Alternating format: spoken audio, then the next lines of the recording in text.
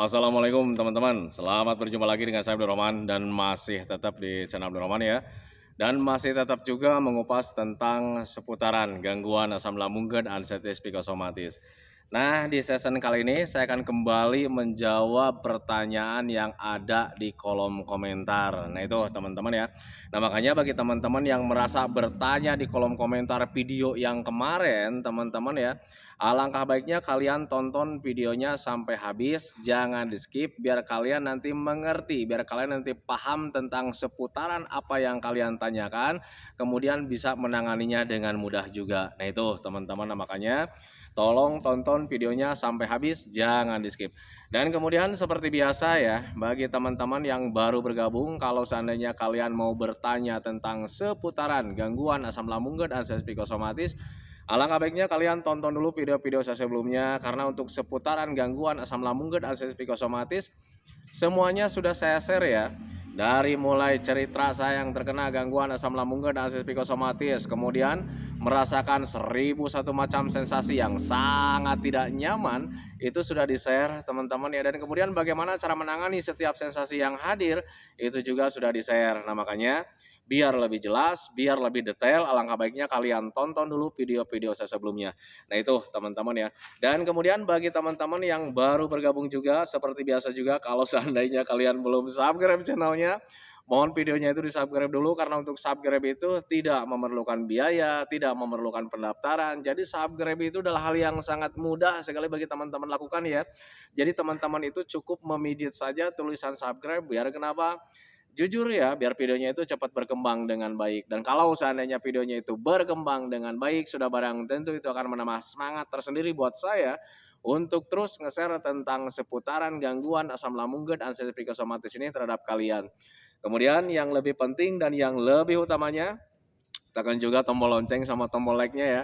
Biar kalian itu dapat notifikasi atau pemberitahuan video saya yang terbaru. Karena saya itu akan terus nge-share tentang seputaran gangguan asam lambung dan anxiety psikosomatis ini terhadap kalian, dengan tujuan semoga saja videonya itu menjadi wasilah atau jalan keluar bagi kalian yang sedang mengalami gangguan asam lambung dan anxiety psikosomatis hingga membaik ya, apalagi sampai sembuh total. Amin ya robbal alamin. Ya minimal hanya memberikan motivasi saja, atau lebih minimalnya lagi hanya sekedar menemani kalian yang sekarang sedang merasakan tidak nyamannya dari gangguan asam lambung dan anxiety psikosomatis. Nah, itu teman-teman ya. Nah, kembali lagi ke topik utama teman-teman, dan seperti biasa teman-teman ya, itu pertanyaannya itu sangat banyak sekali. Jadi kalau seandainya tidak terjawab semuanya, mohon maaf sekali atas keterbatasan saya gitu teman-teman ya, karena durasinya setiap saya share video itu cuma 20 menit. Tetapi kalian gak usah khawatir, kalian gak usah risau, kalian gak usah kecewa teman-teman ya. Apa yang kalian pertanyakan itu hasil dari keluhan-keluhan kalian yang sedang dirasakan teman-teman. Dan keluhan-keluhan yang kalian rasakan saat ini itu sebetulnya bakalan membaik dengan sendirinya kalau seandainya kalian konsisten terhadap 3P-nya. Nah, itu teman-teman, kenapa saya katakan, kenapa saya sampaikan bahwa kalian itu bakalan membaik dengan sendirinya. Ya karena gangguan asam lambung dan anxiety psikosomatis itu nggak bahaya teman-teman ya, termasuk sensasi-sensasinya tidak berbahaya. Nah, itu teman-teman ya, kalian bakalan membaik dengan sendirinya. Nah, itu teman-teman, nah, makanya kalian nggak usah takut, kalian nggak usah kecewa kalau seandainya pertanyaannya tidak sempat saya jawab gitu teman-teman ya, karena mengingat pertanyaannya itu di sini sangat banyak sekali teman-teman ya. Jadi dari A sampai Z itu ada yang ditanyakan teman-teman ya. Nah, biar waktunya tidak terlalu tersita teman-teman ya, saya langsung saja ke pertanyaan yang pertama. Anxiety susah tidur, pasti mimpi buruk. Ini pertanyaannya sebetulnya panjang teman-teman ya, cuman pertanyaan-pertanyaan yang ada di kolom komentar itu saya singkat teman-teman ya. Anxiety susah tidur, pasti mimpi buruk ketika di malam harinya teman-teman ya. Itu sudah pasti begitu teman-teman ya. Jadi ketika orang yang terkena anxiety disorder teman-teman ya, kenapa sulit tidur?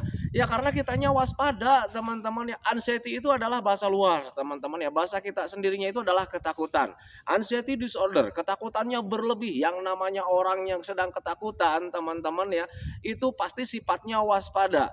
Jadi ketika waspada, semuanya ya nggak rileks teman-teman ya. Pikiran kita nggak rileks, perasaan kita nggak rileks, badan kita nggak rileks. Kalau seandainya kitanya nggak rileks, sudah pasti untuk tidur itu sulit teman-teman ya.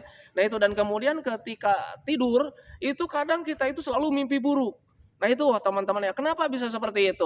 Orang yang terkena anxiety disorder teman-teman ya sedang waspada, biasanya pikirannya juga waspada. Jadi berpikirnya itu ke hal-hal yang aneh-aneh, ke hal-hal yang tidak diinginkan. Entah itu penyakit, entah itu penderitaan, entah itu kematian. Nah itu teman-teman ya, sehingga ya kalau seandainya kita selalu berpikir yang negatif teman-teman ya, hal-hal yang buruk-buruk, nanti juga mimpi kita itu terpengaruh teman-teman, dan akhirnya ya kadang mimpi kita itu ya mimpinya nggak menyenangkan teman-teman ya. Bisa saja mimpinya itu bertemu dengan orang yang sudah meninggal seperti itu teman-teman, atau misalkan dikejar hantu teman-teman. Dan biasanya nih ketika kita sudah mimpi buruk, besoknya kadang kita juga selalu berpikirnya itu kemana-mana. Karena banyak ketakutan, kita ini sedang waspada teman-teman, hal apapun selalu diwaspadai. Mimpi buruk di malam hari gitu teman-teman ya, pagi-paginya ketika terjaga kita terbangun selalu dikait-kaitkan dengan hal-hal yang tidak diinginkan. Wah, ini jangan-jangan nih pertanda umur saya itu udah nggak panjang lagi, selalu saja seperti itu. Nah itu teman-teman, sehingga ketika kita selalu berpikir seperti itu, akhirnya kepikiran lagi, stres lagi, ya karena kematian itu tidak kita inginkan teman-teman ya. Nah itu, nah makanya pahami saja ke sana. Jadi untuk orang-orang yang terkena gangguan asam lambung dan psikosomatis, kalau seandainya sulit tidur itu sebetulnya karena kitanya sedang waspada teman-teman ya. Kita sedang ada anxiety disorder. Kita sedang ketakutannya semakin besar gitu teman-teman, sehingga ketika ketakutannya besar, kitanya waspada. Pikiran waspada, perasaan waspada, tubuh waspada, akhirnya ya nggak rileks teman-teman ya. Kalau seandainya nggak rileks, wajar sebetulnya kalau seandainya kita sulit tidur. Nah itu teman-teman, kemudian kalau seandainya kitanya stres terhadap hal-hal negatif karena berpikirnya itu selalu hal-hal negatif teman-teman ya, itu nanti mimpi juga terpengaruh teman-teman ya. Pasti mimpinya juga yang buruk-buruk. Berbeda ketika kita misalkan berpikirnya yang menyenangkan-menyenangkan, nanti mimpi-mimpinya juga yang menyenangkan. Nah itu teman-teman, nah, makanya pahami saja ke sana. Sekarang solusinya gimana? Kalau seandainya orang yang sedang terkena anxiety disorder itu bisa menyebabkan sulit tidur teman-teman ya, stop berpikir yang aneh-anehnya teman-teman ya. Tanamkan dalam pikiran kalian bahwa kalian itu bakalan baik-baik saja teman-teman ya, karena memang pada dasarnya kalian itu bakalan baik-baik saja teman-teman ya. Nah itu, nah makanya pahami saja ke sana. Jadi mulai dari sekarang stop berpikir tentang yang menderita-menderita, berpikir tentang gua sedang sakit, berpikir gimana nih caranya menangani ini, apa sih obatnya ini. Nah itu teman-teman ya, stop berpikir ke arah sana, mencari-cari cara, stop. Yang penting sekarang kalian sudah tahu bahwa gangguan asam lambung dan asam psikosomatis itu nggak bahaya teman-teman. Yang penting kalian itu fokusnya di 3P saja teman-teman ya. Apapun yang terjadi teman-teman ya, konsisten dengan 3P-nya. Ada kelayangan sedikit, ya udah nggak apa-apa, yang penting jam makan aja nggak telat. Nah itu teman-teman, ada kelayangan sedikit, ya udah nggak apa-apa, jangan berpikir yang aneh-aneh, nanti juga membaik dengan sendirinya. Kan gitu teman-teman ya. Nah makanya biar tidak stres berpikirnya ke sana. Stop berpikir yang aneh-aneh teman-teman ya. Usahakan kalian saat ini fokus saja di 3P-nya, di metodenya, yaitu 3P. Pola makan tetap dijaga, pola hidup tetap dijaga, kemudian pola pikir tetap dijaga, kemudian minumnya minimal 8 gelas dalam sehari, jangan sampai kurang. Kemudian selalu mengupayakan gimana caranya supaya hati dan pikiran kita itu tetap senang biar terhindar dari stres. Nah itu teman-teman, makanya pahami saja ke sana. Nah kemudian yang kedua, pertanyaan yang kedua itu adalah sulit mengendalikan pikiran teman-teman ya. Itu memang betul teman-teman ya, orang yang terkena gangguan asam lambung dan asam psikosomatis rata-rata untuk mengendalikan pikiran itu sulit teman-teman ya, karena kitanya sedang anxiety disorder, ada ketakutan besar di situ teman-teman ya, sehingga ketika ada ketakutan berpikirnya itu sudah otomatis ke hal-hal yang tidak diinginkan ya, karena pikiran kita itu sedang waspada teman-teman ya. Sementara berpikir seperti itu ya untuk orang yang terkena asam itu kan dilarang teman-teman ya, biar kita itu terhindar dari stres, biar kita itu ya baik badannya, baik pemikirannya, baik perasaannya juga tidak terpengaruh teman-teman ya. Nah usahakan untuk orang-orang yang terkena gangguan asam lambung dan asam psikosomatis ketika sekarang sulit mengendalikan pikiran karena memang pikiran kita itu sudah terlatih ke hal-hal yang negatif setiap harinya teman-teman ya. Usahakan dari mulai sekarang biasakan memikirkan hal-hal yang menyenangkan. Tetapi kalau misalnya sulit memikirkan yang menyenangkan saat ini teman-teman ya, biasakan kalian melakukan hobi-hobi yang menyenangkan. Walaupun di awal-awal ketika kalian melakukan hobi-hobi yang menyenangkan, itu pikiran tetap ke arah-arah yang tidak diinginkan teman-teman ya. Gua nih hobinya main burung, misalnya seperti itu teman-teman ya. Ketika kalian memainkan burung teman-teman ya, itu kadang tangan, perhatian, mata kena burung teman-teman. Tapi pikiran itu selalu ke hal-hal negatif teman-teman ya. Minimal ingat, gue tuh sekarang sedang sakit. Nah itu teman-teman, makanya usahakan untuk orang-orang yang terkena gangguan asam lambung gak ada psikosomatis, ketika kalian melakukan hobi-hobi yang menyenangkan juga, misalkan pikirannya selalu seperti itu teman-teman ya, paksakan saja, biasakan melakukan hobi-hobi yang menyenangkan, melakukan aktivitas yang menyenangkan, walaupun di awal-awal itu kalian tidak ada rasa senang-senangnya. Tetapi kalau misalnya kalian biasakan seperti itu, nanti rasa senang itu bakalan hadir dengan sendirinya. Ada pepatah mengatakan bahwa kita itu bisa karena terbiasa. Nah itu teman-teman, makanya usahakan lakukan dari mulai sekarang, jangan pernah menyerah. Nah itu teman-teman, karena dengan menyerah itu tidak akan membuat kita itu membangun. Nah itu teman-teman, makanya pahami saja ke sana. Nah kemudian selanjutnya, yang nomor 3 teman-teman ya, ini pertanyaan-pertanyaan itu sebetulnya panjang, cuman saya singkat-singkat saja teman-teman ya. Sering lemes nggak pernah fit? Untuk orang-orang yang terkena gangguan asam lambung dan psikosomatis lebih dominan merasakan hal seperti itu teman-teman ya, setiap harinya itu merasa lemes, kurang fit, nggak ada tenaga teman-teman ya. Itu penyebabnya ada 2 teman-teman ya, sepengalaman saya memang seperti itu. Wajar untuk orang-orang yang terkena gangguan asam lambung dan psikosomatis selalu mengalami sering lemes. Ya wajar, karena apa? Pencernaannya sedang error. Jadi ketika kita mengkonsumsi makanan-makanan yang banyak gizinya juga teman-teman ya, nilai kebaikan dari makanan tersebut itu tidak terserap sempurna oleh tubuh kita teman-teman. Alhasil sudah pasti ya, kebutuhan untuk tubuh kita itu tidak terpenuhi. Dan kalau seandainya tidak terpenuhi, sudah pasti tenaga nggak ada teman-teman ya. Tetapi ada kalanya orang-orang yang terkena gangguan asam lambung, misalkan, Pak saya itu asam lambungnya nih sekarang udah normal nih, pencernaannya sudah normal, misalnya seperti itu, tetapi kenapa masih mengalami lemes gitu kan ya teman-teman ya, padahal makannya udah sering nih, udah banyak lah gitu teman-teman ya. Ada penyebab yang kedua teman-teman, biasanya dari apa? Dari stres teman-teman ya. Kadang orang yang terkena gangguan asam lambung dan psikosomatis teman-teman ya, walaupun pencernaannya sudah beres, kadang pikirannya itu belum beres teman-teman ya, masih berpikir tentang penyakit, masih berpikir tentang sensasi ya, kadang berpikir yang lainnya juga, tentang pekerjaan, tentang ini itu dan sebagainya teman-teman. Pokoknya yang membuat kita mumet teman-teman ya, itu bisa menguras energi kita dengan cepat. Nah itu teman-teman, apakah betul pikiran kita mumet, pikiran kita stres, pikiran kita capek, itu bisa menguras energi kita dengan cepat?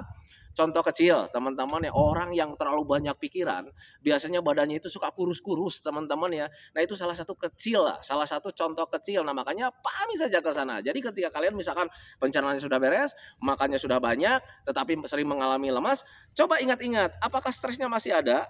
Apakah ingatan tentang penyakitnya masih ada? Apakah ingatan tentang kematiannya masih ada? Kalau seandainya masih ada, stop berpikir seperti itu, teman-teman ya. Hindari stresnya, teman-teman ya. Yang penting kita sudah tahu, teman-teman ya, bahwa gangguan asam ini tidak berbahaya. Jadi jangan dibikin stres, teman-teman ya. Belajar masa bodoh dari mulai sekarang. Masa bodoh sensasi mau hadir juga, yang penting tidak menyebabkan kematian. Tetapi ini rasanya tidak nyaman. Ya namanya juga gangguan, pasti tidak nyaman, teman-teman ya. Yang penting tidak menyebabkan kematian saja. Nah itu teman-teman ya, selebihnya kalian gimana caranya nih supaya hati dan pikiran kita itu tetap senang, biar terhindar dari stres. Nah itu teman-teman, kalau seandainya pencernaannya kalian sudah beres teman-teman, tetapi berbeda kalau seandainya kalian pencernaannya belum beres, kemudian ditambah lagi ada stresnya, usahakan teman-teman ya, gimana caranya nih, walaupun dalam keadaan saya seperti ini, itu kebutuhan untuk tubuhnya itu tetap terpenuhi. Nah caranya gimana? Untuk saya pribadi dulu sering makan saja, sering makan. Jadi di awal-awal misalkan kita normalnya makan kan 3 kali. Nah karena kita pencernaannya sedang tidak beres, tetapi kebutuhan untuk tubuhnya biar tetap terpenuhi, ya makannya sering teman-teman ya.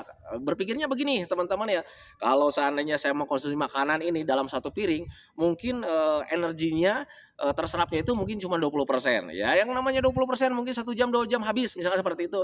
Ya makan aja lagi nggak apa-apa teman-teman ya. Sering ya, saya itu dulu kadang makannya itu per 2 jam. Kesininya menjadi per 3 jam teman-teman ya.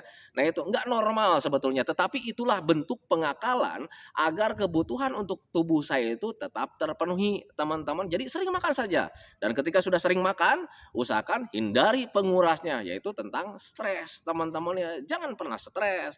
Apapun yang membuat kita mumet, apapun yang membuat kita ruwet pikirannya teman-teman ya, hindari saja, termasuk di ingatan-ingatan tentang penyakit. Ngapain kita ingat-ingat tentang penyakit? Toh gangguan asam ini nggak bahaya teman-teman ya. Nah itu, nah makanya pahami saja ke sana. Yang penting fokus saja di 3P-nya. Pola makan tetap dijaga, pola hidup tetap dijaga, pola pikir tetap dijaga. Minumnya minimal 8 gelas dalam sehari, jangan sampai kurang. Kemudian hindari stresnya dengan cara seperti apa? Selalu mengupayakan gimana caranya supaya hati dan pikiran kita itu tetap senang. senang. Nah itu teman-teman, nah makanya pahami saja kesenangan biar kalian itu cepat membaik.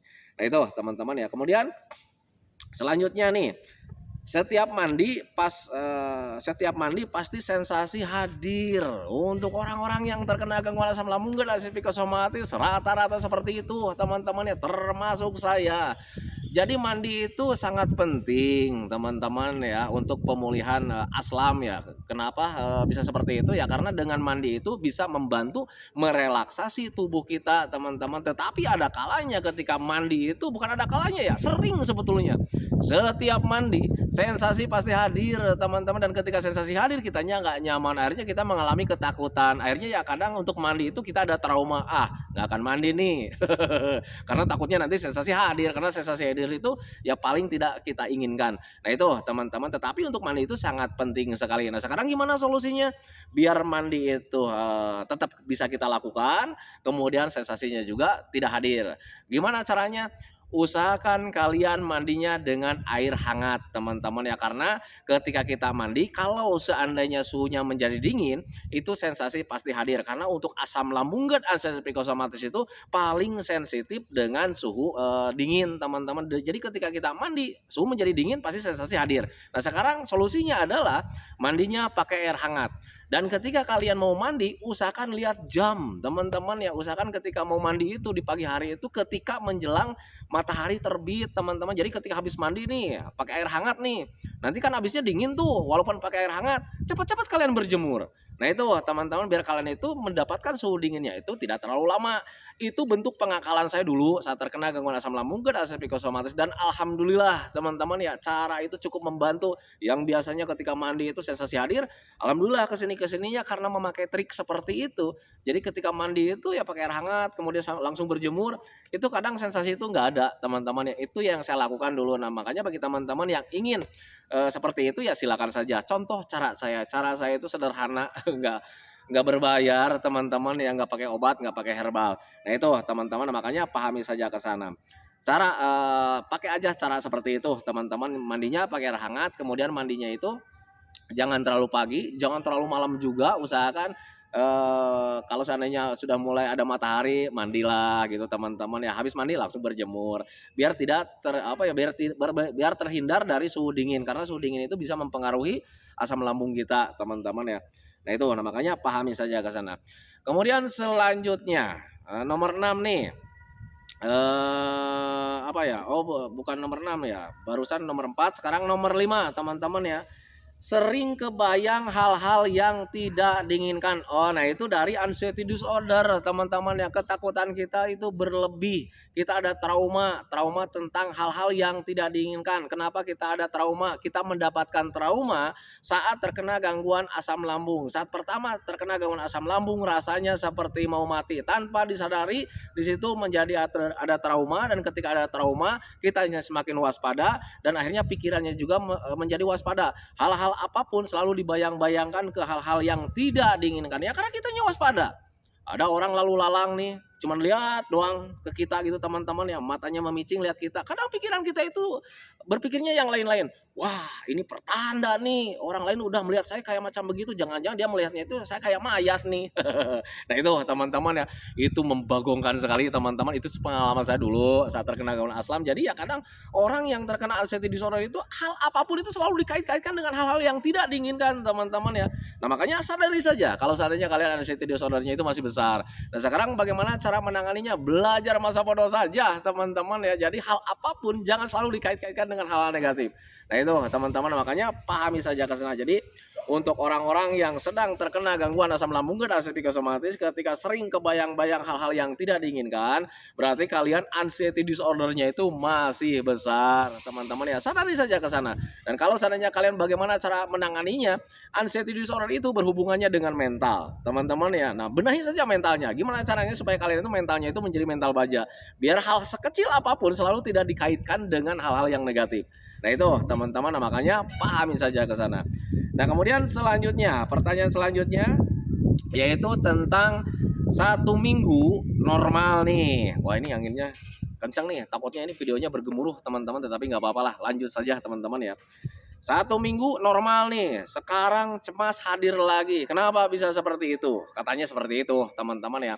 Orang yang terkena gangguan asam lambung dan psikosomatis harus bisa memahami teman-teman bahwa itu sebetulnya bentuk proses pemulihan dari gangguan asam lambung dan psikosomatis.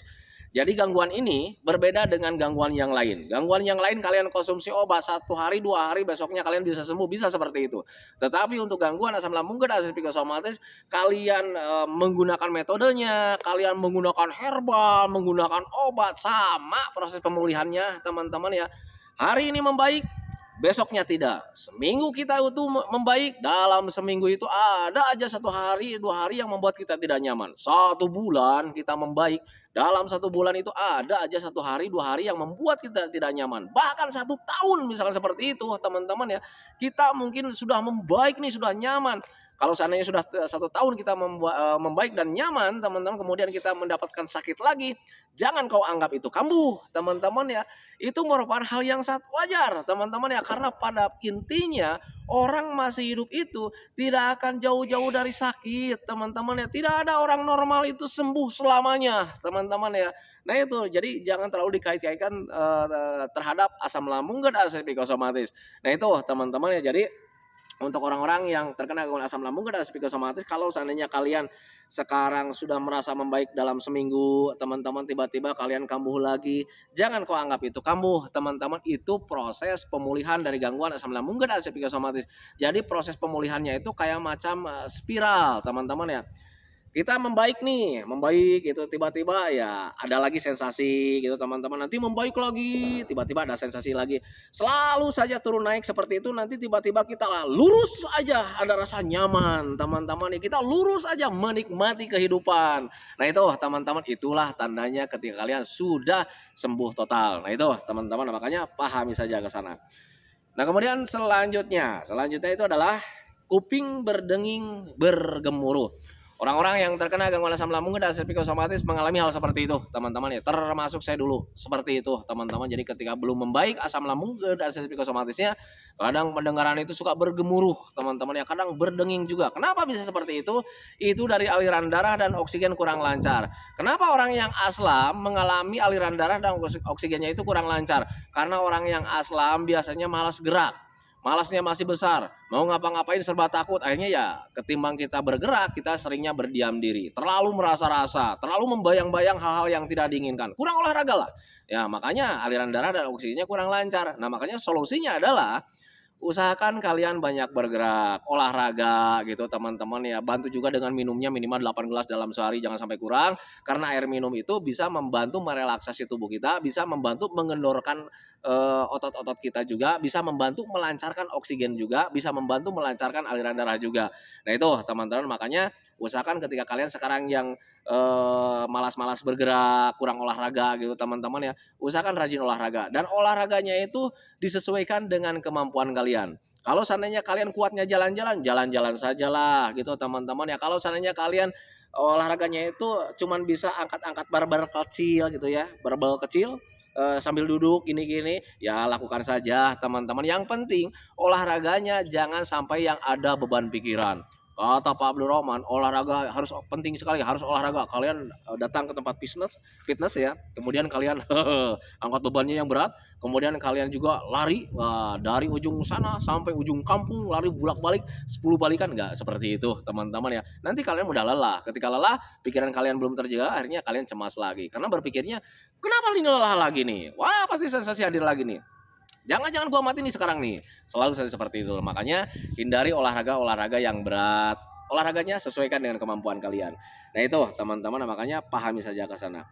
Nah kemudian selanjutnya, kalau sore perut terasa nyeri, nah itu terpengaruh dari suhu dingin teman-teman ya. Kalau seandainya setiap sore atau setiap pagi atau setiap suhu dingin, pasti sensasi hadir teman-teman ya, karena suhu dingin itu bisa mempengaruhi asam lambung kalian teman-teman. Jadi ketika ada suhu dingin, asam lambung kalian itu menjadi nggak normal teman-teman, sehingga kalau seandainya nggak normal, nanti ujung-ujungnya ada gelembung gas. Nanti ujung-ujungnya ketika kalian gelembung gasnya semakin besar gitu teman-teman, akan terasa nyeri bagian perutnya. Nah itu teman-teman. Nah sekarang solusinya gimana?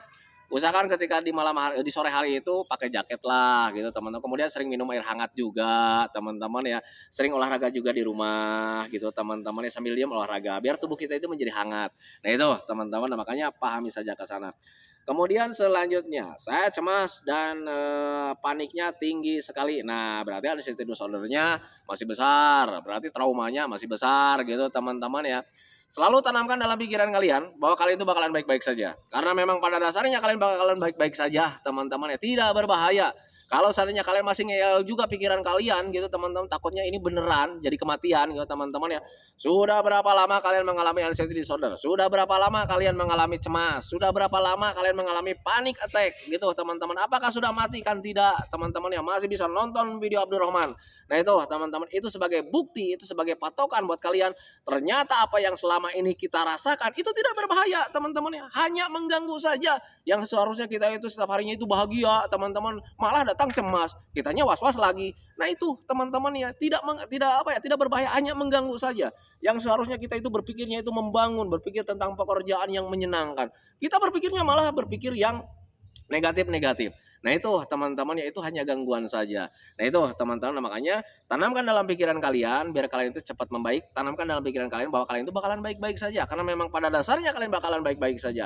Ini bakalan terlewati karena memang pada dasarnya ini semuanya bakalan terlewati. Kalian bakalan bahagia lagi, hidup kalian bakalan berwarna lagi teman-teman. Bahkan saya itu berani berjanji bahwa kalian itu bakalan sehat lagi, bakalan sembuh lagi, kalian bakalan kayak dulu lagi. Baik dari jahilnya bakalan kembali lagi teman-teman, cerobohnya kalian bakalan kembali lagi, cueknya bakalan kembali lagi, bahkan sampai gede bohongnya kalian bakalan kembali lagi teman-teman ya. Jujur, gangguan asam lambung dan asam psikosomatis itu tidak berbahaya. Nanti kehidupan kalian itu bakalan kembali lagi, saya jamin teman-teman ya, karena saya mengalami sudah 2 kali terkena gangguan asam lambung dan asam psikosomatis. Nah itu teman-teman, makanya pahami saja ke sana. Kemudian selanjutnya, pertanyaan selanjutnya, waduh ini udah 26 lebih nih, tapi nggak apa-apa, satu lagi teman-teman ya. Minum vitamin sudah berapa lama tapi tetap aja kayak begini. Tujuan minum vitamin untuk saya dulu teman-teman ya, karena ya buat kebutuhan untuk tubuhnya itu tetap terpenuhi, karena ketika makan itu ya energinya nggak terserap sempurna oleh tubuh saya gitu teman-teman ya. Solusinya saya konsumsi suplemen dulu teman-teman biar tetap terpenuhi lah gitu teman-teman ya. Tetapi kadang orang itu ada yang tidak cocok ya, konsumsi vitamin seperti itu kadang ada yang tidak cocok. Pak, saya itu sudah konsumsi vitamin sudah beberapa lama gitu kan, tetapi kenapa masih tetap gini-gini aja gitu teman-teman ya. Kita itu terkena 2 gangguan teman-teman. Yang pertama gangguan medis, yang keduanya gangguan psikis teman-teman. Kalau seandainya dari medisnya nih kalian masih tidak terpenuhi kebutuhan untuk tubuhnya, bisa kalian bantu juga dengan suplemen teman-teman. Tetapi kalau misalnya kalian makannya sudah sering, kemudian sering konsumsi suplemen juga, tetapi masih keadaannya begini-begini, ya mungkin ada pengurasnya. Kembali lagi, apa itu pengurasnya? Stres, terlalu banyak pikiran teman-teman ya. Selama stresnya masih ada teman-teman ya, sebanyak apapun kalian mengkonsumsi vitamin teman-teman ya, itu tidak akan ada perbaikan.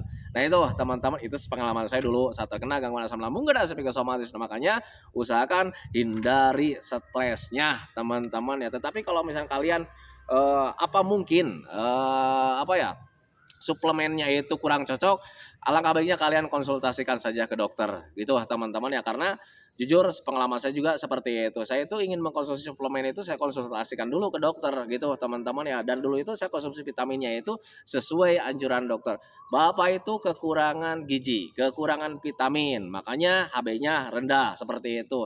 Akhirnya Bapak sebaiknya konsumsi vitamin ini aja. Nah itu teman-teman, dulu juga sempat gitu teman-teman ya. Ketika mengkonsumsi suplemen itu tidak ada perbaikan teman-teman, 1 minggu, 2 minggu tidak ada perbaikan. Ternyata ketika digali-gali informasinya ya kadang ada pengurasnya teman-teman ya, yaitu stres gitu. Sudah masuk nih suplemen, ada energi, ada stres di situ, hilang lagi. Nah itu teman-teman, kondisi kita itu ya kayak macam tidak berubah teman-teman ya. Nah makanya hindari stresnya. Nah itu teman-teman, makanya pahami saja ke sana. Nah kemudian selanjutnya ya, dada terasa panas, itu dari asam lambung yang naik teman-teman ya. Kenapa dada asam lambung naik itu bisa menyebabkan kita itu dadanya itu terasa panas? Yang bisa menahan keasamannya asam lambung itu cuma lambung doang teman-teman, dan ketika naik pasti terasa panas karena asam lambung itu sifatnya itu korosit. Apa ya kalau korosit itu ya? Jadi sifatnya itu asam, tajam gitu teman-teman ya. Sehingga ketika kita asam lambungnya naik ke bagian tenggorokan ya pasti terasa panas lah. Nah itu teman-teman. Nah sekarang solusinya gimana? Ya kalau seandainya asam lambungnya sering naik, usahakan sering dibasuh juga gitu teman-teman. Cara membasuhnya seperti apa? Sering minum, minimal 8 gelas dalam sehari, jangan sampai kurang. Pagi-pagi asam lambung nih naik nih, panas kan dada ya. Nah, basuh dengan minum air hangat. Jadi ketika bagian tenggorokannya apa ya dilewati asam lambung, asam nih asam lambung nih sehingga tenggorokannya itu terasa panas. Bukan dada yang panas ya, tenggorokan cuman tenggorokannya itu ada di area dada, akhirnya dadanya yang terasa panas. Basuh dengan air panas, teman-teman. Bukan air panas sih, air hangat ya, basuh. Nanti ketika terbasuh, nah dadanya tidak terasa panas lagi. Cuman jangan heran teman-teman kalau seandainya kalian Pak ini saya sudah dibasuh nih, apa ya, tenggorokannya sama air hangat tapi terus masih panas juga. Ya kalau seandainya kalian asam lambungnya sering naik ya pasti ya kalian juga harus sering minum teman-teman ya. Nah sekarang selain kalian menjaga, tenggorokannya biar tidak panas terus dengan cara dibasuh teman-teman ya, hindari juga gimana caranya supaya asam lambung kita itu, sering tidak naik teman-teman, biar tidak naik terus teman-teman ya. Caranya gimana? Hindari stres, jaga makannya, kemudian jaga pola hidupnya. Nah itu teman-teman ya karena asam lambung sering naik itu penyebabnya mungkin dari makanan yang kurang cocok, yang keduanya mungkin karena dari stres, yang ketiganya mungkin karena kita pola hidupnya kurang beraturan, kurang olahraga, kurang tidur nyenyak. Nah itu teman-teman kalau seandainya itu terjadi pasti asam lambungnya nggak normal, sering naik juga. Nah itu teman-teman makanya pahami saja ke sana. Nah kemudian selanjutnya saya mudah marah. Untuk orang-orang yang terkena gangguan asam lambung dan asam psikosomatis emosinya nggak stabil, teman-teman. Kalau lagi sedih-sedih, teman-teman ya. Kalau lagi marah-marah gitu, teman-teman seringnya uring-uringan. Itu saya dulu, teman-teman ya. Jadi kalau misalnya ngomongin tentang emosi stabil, kadang suka ingat diri sendiri, teman-teman. Dan kalau seandainya lagi uring-uringan, kadang kita marah-marah nggak jelas, teman-teman ya. Nah, kenapa untuk orang-orang yang terkena gangguan asam lambung dan asam psikosomatis sering marah-marah nggak jelas? Biasanya karena memang rasa jenuh, itu yang pertama teman-teman. Kemudian merasa keluarga itu kurang memahami tentang keadaan kita teman-teman. Jadi kita itu jarang mendapatkan apa yang kita inginkan teman-teman ya. Entah itu suasana gitu teman-teman ya. Udah tahu nih gue sakit nih, berisik juga.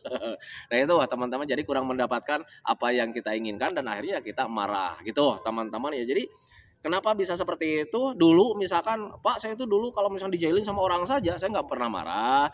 Tetapi sekarang nih keluarga kurang mengerti tentang keadaan saya juga, saya sering marah. Teman-teman pengennya itu kesel gitu teman-teman. Kenapa bisa seperti itu?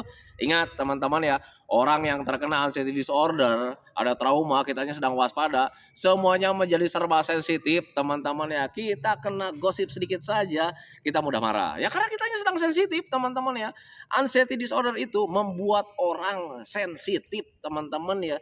Jadi ketika kita dapat apapun sekecil apapun yang membuat kita itu tidak apa ya tidak nyaman, itu pasti kita mudah marah teman-teman ya karena perasaan kita itu sedang sensitif, pikiran kita sedang sensitif, semuanya serba sensitif. Nah makanya untuk orang-orang yang terkena anxiety disorder itu emosinya tidak stabil.